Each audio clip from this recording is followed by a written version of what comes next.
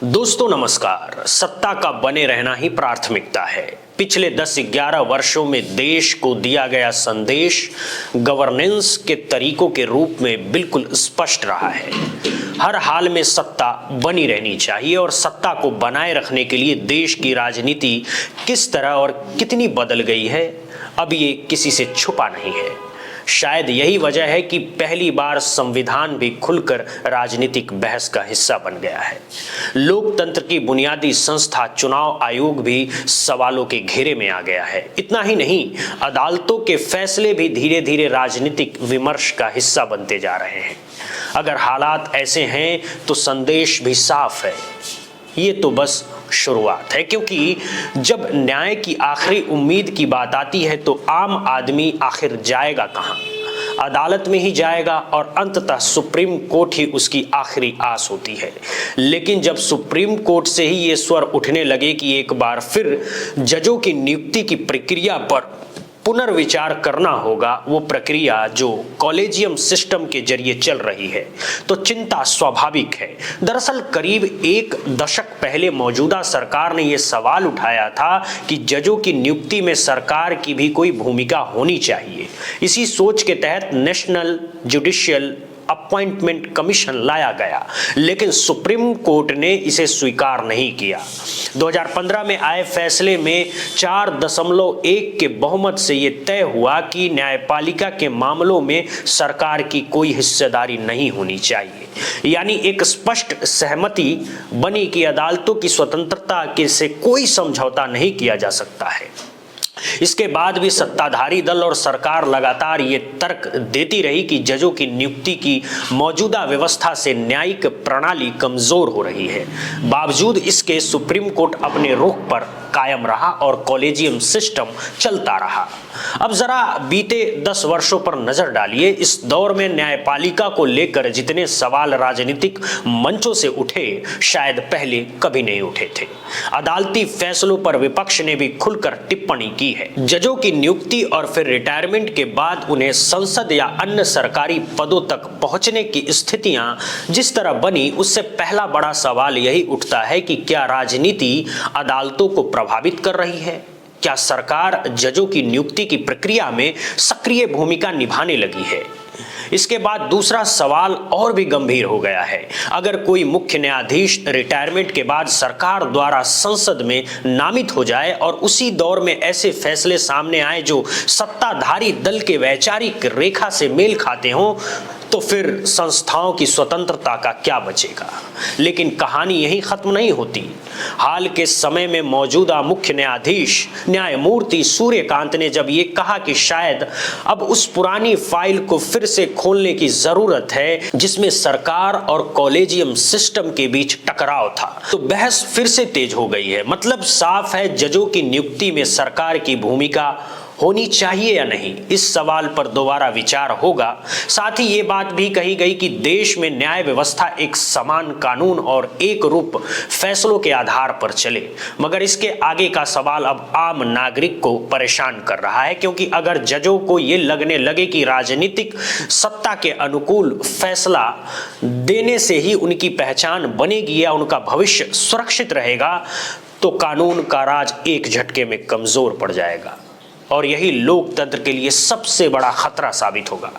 और जिस संविधान की व्याख्या करने की जिम्मेदारी सुप्रीम कोर्ट पर है, अगर वही व्याख्या राजनीतिक सत्ता की सुविधा के मुताबिक होने लगे तो सवाल और गहरे हो जाते हैं। शायद यही वजह है कि बीते वर्षों में बार बार ये सवाल उठा कि सरकार जिन मुद्दों को लेकर सुप्रीम कोर्ट पहुंचती रही है, उन पर अदालत की ओर से कभी सख्त आपत्ति क्यों नहीं दिखाई गई। वे मुद्दे कौन से थे, उस पर हम आगे आएंगे, लेकिन उससे पहले यह चर्चा आज इसलिए जरूरी है क्योंकि देश में न्याय की परिभाषा ही जैसे बदलती नजर आ रही है। हत्या और बलात्कार जैसे जघन्य अपराधों में दोषी करार दिए जा चुके अपराधी को जमानत दे दी जाती है और जमानत की शर्त यह रखी जाती है कि वो पीड़ित के 5 किलोमीटर के दायरे में नहीं आएगा। सवाल यह है कि क्या इसे सुरक्षा कहा जा सकता है? क्या इससे कानूनी व्यवस्था की साख एक झटके में नहीं गिर जाती? ये फैसला उन्नाव कांड से जुड़ा है, जहां बलात्कार और हत्या दोनों के आरोप साबित हुए थे और 2019 में सजा भी हो चुकी थी। लेकिन 6 साल बाद जमानत देते वक्त ऐसी शर्तें तय कर दी गई जो पहले शायद कभी देखने को मिली हो। इससे यह संकेत गया कि न्याय व्यवस्था किस दिशा में आगे बढ़ रही है। हाल के दिनों में जो तस्वीर सामने आई है वो किसी को भी चौंकाने वाली है। इसलिए जरूरी है कि पहले उन आवाजों को सुना जाए जो इस फैसले से सीधे प्रभावित होते हैं। वे लोग डरे हुए हैं कि जो उनके साथ पहले हुआ वो दोबारा हो सकता है। अदालत भरोसा दिला रही है कि ऐसा नहीं होगा, लेकिन सवाल ये है, अगर किसी और के साथ हो जाए तो क्या ये स्वीकार है? यानी जिस अपराधी को सजा दी जा चुकी है, क्या उसे अपराध की मानसिकता के साथ आजाद छोड़ा जा सकता है? उनकी कैंसिल की जाए, बेल खारिज की जाए, हमको उसी में न्याय मिलेगी, नहीं तो हमको न्याय नहीं मिलेगी। सर, हमने जज साहब ने टाइम नहीं दिया, केवल 2 बात कह के बस अपना कमरे में घुस गए, न बैठे न कुछ, न पूरा 14-15 पेज का वो रहा, कुछ नहीं, उनने खाली उनको फैसला सुना के हट गए। 53 पेज का पन्ना रहा पेज, कुछ नहीं, खाली उनने अपनी होते हुए उनको बेल देते हुए और बस तुरंत कमरे में घुस गए। मेरे पति को मार दिया गया, मेरे दामाद को भी खतरा है, मेरे देवर जेल में है। सर, हम लोग सेव नहीं है जब तक का ये अंदर नहीं जाएगा, जब हम लोग सेव नहीं। ये सवाल सिर्फ एक फैसले का विरोध नहीं करता, बल्कि भारत की न्यायिक व्यवस्था और कानून के राज पर सीधा प्रश्न चिन्ह खड़ा करता है। ये बहस यही नहीं रुकती। क्या संविधान और उसके तहत स्थापित कानून का राज कमजोर पड़ रहा है, या फिर ये कहकर न्यायपालिका को क्लीन चिट दे दी जा सकती है कि जांच एजेंसियों और पुलिस की कमजोरियां अदालतों को मजबूत कर देती है? मुद्दा इतना आसान नहीं है, क्योंकि अब सवाल ये नहीं रहा कि राजनीति न्यायपालिका को प्रभावित कर रही है या नहीं। नया और ज्यादा गंभीर सवाल यह है कि क्या जजों की साख को लेकर भी संदेह पैदा हो रहा है? 2015 में जब सुप्रीम कोर्ट ने नेशनल जुडिशियल अपॉइंटमेंट कमीशन को दाखिल कर कॉलेजियम सिस्टम को बहाल रखा, उसके बाद एक लंबी प्रक्रिया शुरू हुई। ऐसी प्रक्रिया जिसमें राजनीतिक सत्ता ने ये सोचना शुरू किया कि क्यों न ऐसी स्थिति बना दी जाए जहां न्यायपालिका की विश्वसनीयता ही सवालों में आ जाए और अंत में ये कहा जा सके कि जज कौन होंगे, कैसे काम करेंगे, फैसले कितने समय में आएंगे और उनका असर क्या होगा। ये सब राजनीतिक ताकत तय करे, यानी जनता से मिली ताकत के दम पर सरकार सिर्फ शासन ही नहीं बल्कि न्याय व्यवस्था को भी अपने हिसाब से चलाए। यही आज की सबसे बड़ी चिंता है। इस दौर में कई सवाल उठे हैं जिनका हमने शुरुआत में जिक्र किया था और जिन पर आगे भी बात करेंगे, लेकिन उससे पहले 2 घटनाओं को थोड़ा ठहर कर समझना बहुत जरूरी है। पहली घटना अखलाक कांड से जुड़ी है। इस मामले में अदालत ने साफ कहा है कि यह स्वीकार्य नहीं है कि जिस व्यक्ति पर अखलाक की हत्या का आरोप है उसके खिलाफ मामला सिर्फ इसलिए खत्म कर दिया जाए क्योंकि बाद में यह तर्क दिया जा रहा है कि हत्या की वजह ही गलत थी। सरकार की ओर से यह दलील दी गई कि अगर केस आगे बढ़ा तो सामाजिक सद्भाव बिगड़ जाएगा, लेकिन अदालत ने इस तर्क को नहीं माना। ये अपने आप में बहुत बड़ी बात थी कि चुनी हुई सरकार हत्या की घटना के बाद अब पूरी मामला ही खत्म करने की बात कर रही थी। दूसरी स्थिति अरावली की पहाड़ियों से जुड़ी सुप्रीम कोर्ट के फैसले में दिखती है। अदालत ने यहाँ 2 साफ रेखाएं खींचते हुए कहा कि अगर पूरी तरह प्रतिबंध लगाया गया तो खनन माफिया और उसकी लॉबी और ज्यादा मजबूत हो जाएगी, भ्रष्टाचार बढ़ेगा, इसीलिए संपूर्ण प्रतिबंध संभव नहीं है। लेकिन आगे चलकर हालात यहाँ तक पहुँच गए कि पर्यावरण बुरी तरह बिगड़ चुका है, हवा जहरीली हो चुकी है, लोगों के फेफड़े खराब हो रहे हैं। ऐसे में हाई कोर्ट ये सवाल उठा रहा है कि एयर प्यूरिफायर पर लगने वाला 18% जीएसटी क्यों न हटाया जाए।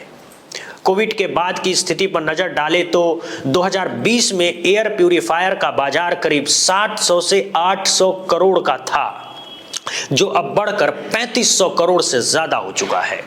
इसी तरह दूषित पानी के कारण बोतल बंद पानी का कारोबार देश में 6 से 7 लाख करोड़ तक पहुंच गया है।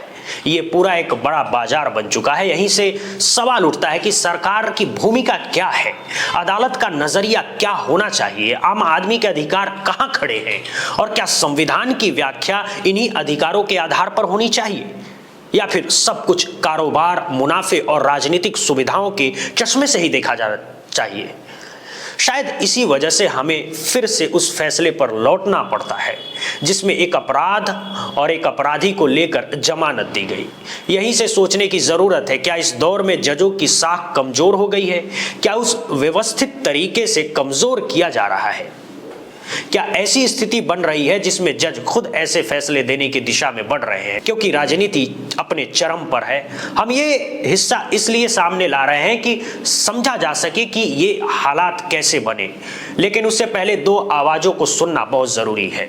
एक तरफ उत्तर प्रदेश के ही एक राजनेता राजभर जो कहते हैं कि इससे ज्यादा सुरक्षा क्या हो सकती है। अगर अपराधी को पीड़ित के 5 किलोमीटर के दायरे से बाहर रखा गया है तो वो नुकसान कैसे पहुंचा पाएगा। दूसरी तरफ निर्भया की मां है, वही निर्भया जिसके साथ हुई घटना के बाद पूरे देश सड़कों पर उतर आया था। उसकी मां पूछ रही है, ये कैसा न्याय है, ये कैसी व्यवस्था है? इसीलिए इन दोनों आवाजों को एक साथ सुनना जरूरी है, तभी बात जजों की भूमिका, न्यायपालिका की जिम्मेदारी और उस कटघरे तक पहुंचेगी जहां यह सवाल खड़ा होता है कि क्या मौजूदा दौर में राजनीतिक सत्ता न्यायपालिका को कमजोर करने पर तुली है ताकि उसे वो अधिकार दोबारा मिल जाए जो 10 साल पहले खारिज कर दिए गए थे, या फिर हालात ऐसे बना दिए गए हैं कि सरकार की भागीदारी जजों की नियुक्ति तक अनौपचारिक रूप से पहुंच चुकी है और अब उसे औपचारिक रूप देने की तैयारी है। लेकिन उससे पहले उन्नाव के उस आरोपी नहीं बल्कि दोषी करार दिए जा चुके व्यक्ति को लेकर जो फैसला आया है उस पर राजनीति का नजरिया क्या है, पहले उस आवाज को सुन लेना चाहिए। कोर्ट ने इस बात को कहा है कि सेंगर जी पीड़ित परिवार से 5 किलोमीटर दूर रहेंगे, ऐसा कोर्ट का निर्देश है। तो दिल्ली में धरना देने से पुलिस ने जब उनको कहा कि अब कोर्ट ने जब इस तरह की व्यवस्था दिया है तो आप असुरक्षित कहाँ हैं? उन्होंने मेरे बड़े पापा को मारा था, फिर मेरे पापा को मारा, फिर मेरी बहन के साथ ये कांड हुआ। वो बाहर तो आ गए हैं लेकिन हम लोगों के ऊपर खतरा मंडरा रहा है। ये तो एक रूल नया बनाया जा रहा है, जैसे कि और जेल में है वो भी कहेंगे कि हमको फांसी की सजा हुई है तो उसको खत्म करके फिर सुनवाई की जाए। तो ऐसा नहीं होना चाहिए। पता न कौन से कोर्ट कहाँ से हो रहा है ऐसे, ये तो पहले बार ऐसा हो रहा है। तो 500 किलोमीटर दूर रहो या घर में रहो उससे कोई फर्क नहीं पड़ता। फर्क ये पड़ता है कि आपने क्राइम किया है, आपको सजा मिली है।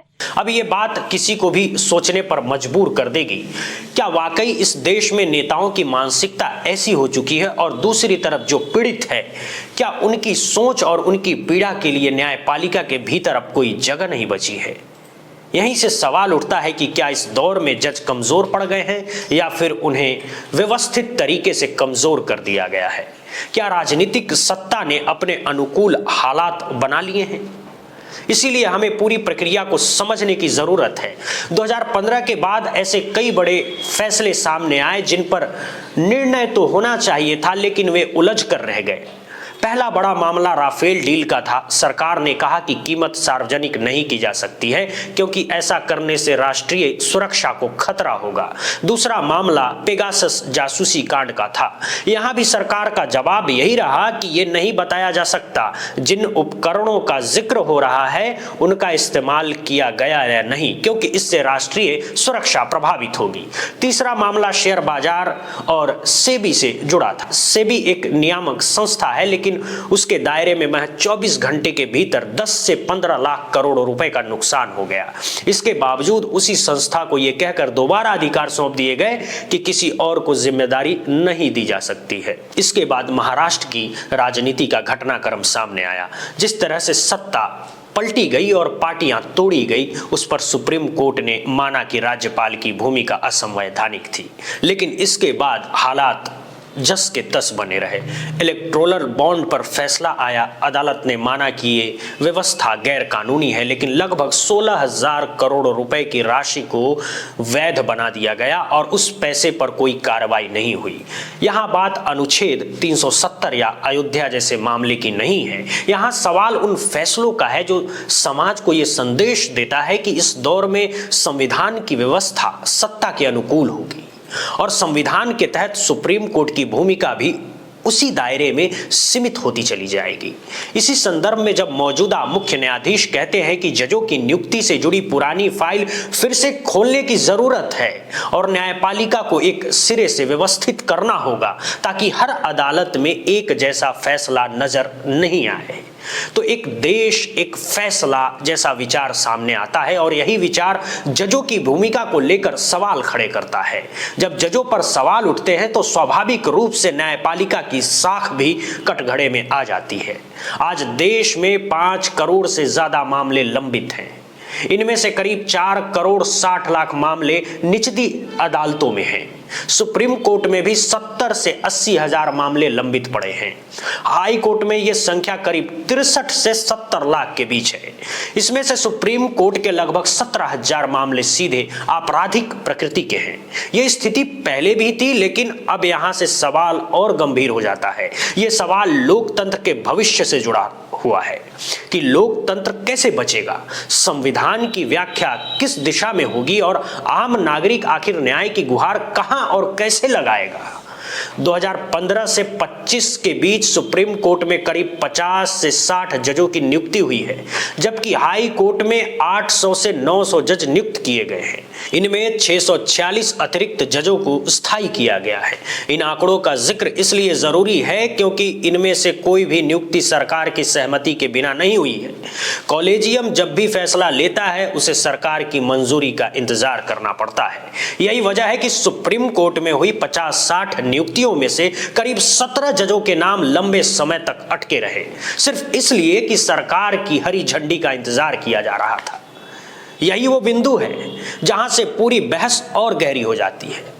औसतन सरकार ने इस नियुक्तियों पर वक्त लेना शुरू किया। शुरुआत में यह समय करीब 1 महीने का था, लेकिन धीरे धीरे बढ़ते बढ़ते ये 8 महीने तक पहुंच गया।